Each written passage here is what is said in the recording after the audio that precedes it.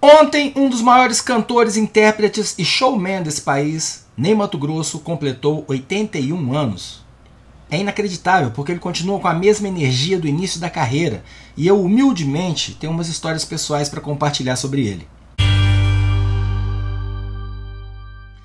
Salve, galera! Eu sou o Maurício Ricardo, tratando uma inflamação no ouvido, dormindo mal, e por isso mesmo, agora, 7 da manhã, eu estou falando do grande Ney Matogrosso, e talvez até com uma informação inédita para você que é fã.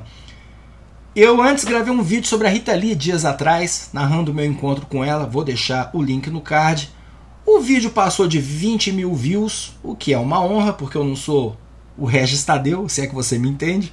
Música não é o assunto primário do canal. Só que a gente vai chegando a uma altura da vida em que você descobre que acumulou o que eu vou chamar de histórias compartilháveis. São aquelas histórias que, se eu não me conhecesse, eu gostaria de ouvir num boteco. E se vocês permitirem, eu vou começar a contar essas histórias aqui. Até porque se eu não chegar aos 81 anos de idade com a saúde mental do Ney Matogrosso, é só eu consultar os meus vídeos antigos que vão funcionar como um HD externo. Inscreva-se, deixe o like ou dislike.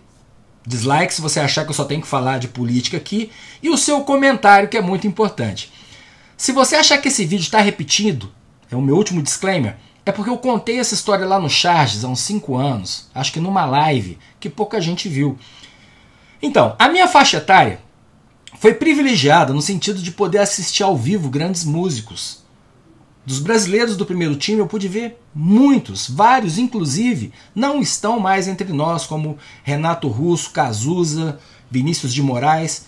E já adolescente e adulto, eu vi os internacionais. Eu saía de Uberlândia quando eu era muito jovem, de busão para ver Queen com Freddie Mercury. Depois, mais tarde, eu fui ver Genesis, Peter Gabriel, Yes umas 6 vezes, Paul McCartney, Kiss, Rush, David Gilmour, Roger Waters, um monte. Mas tudo tem um começo, e o primeiro show em que eu fui na minha vida, eu era uma criança de pouco mais de 10 anos de idade, foi o show dos Secos e Molhados com o Ney Matogrosso. Para os mais velhos, eu nem preciso dizer o que foi o fenômeno Secos e Molhados, a banda que lançou o Ney. Mas essa capa emblemática e algumas músicas que tem aqui dentro, com certeza, mesmo os mais jovens, pelo menos os mais antenados, também já viram, né, a capa e ouviram as músicas. A banda surgiu no início dos anos 70, por iniciativa de um jovem cantor português radicado no Brasil, cantor e compositor, chamado João Ricardo. E em 1973 esse disco chegou às lojas. Várias músicas começaram a tocar na rádio e foi um fenômeno que só quem viveu sabe. Lá fora já tinha estourado a chamada On The Glitter, que é essa coisa meio andrógena aqui, homens maquiados, com muito brilho, batom. Mas imagina em 73, na ditadura militar, um grupo com esse visual se tornando o maior vendedor de discos do país.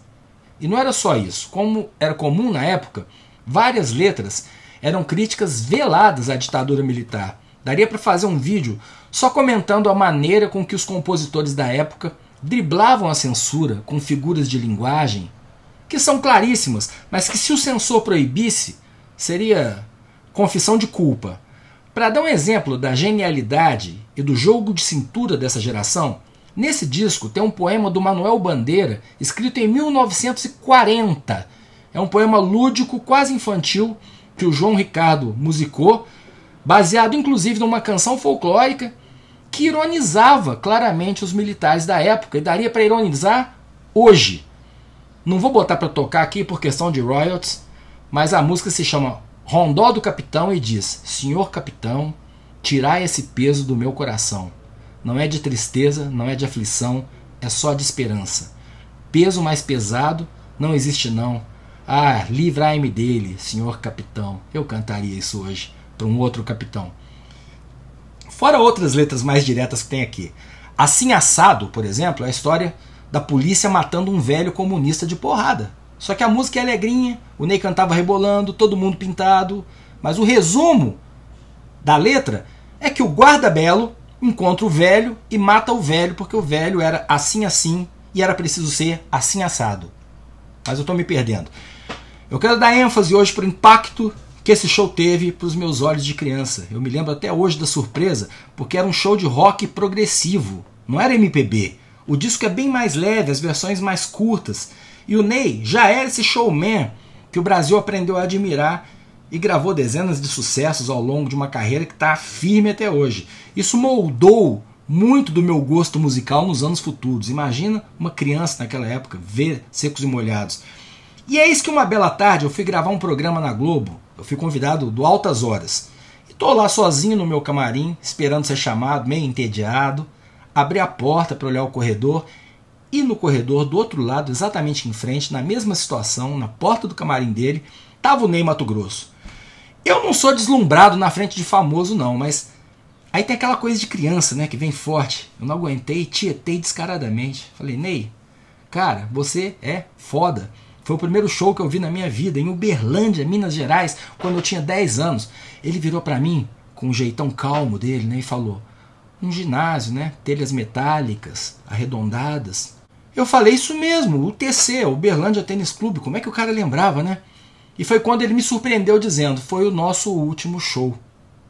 E eu me espantei, porque realmente nunca tinha lido isso em lugar nenhum, e eu sou leitor voraz de biografia.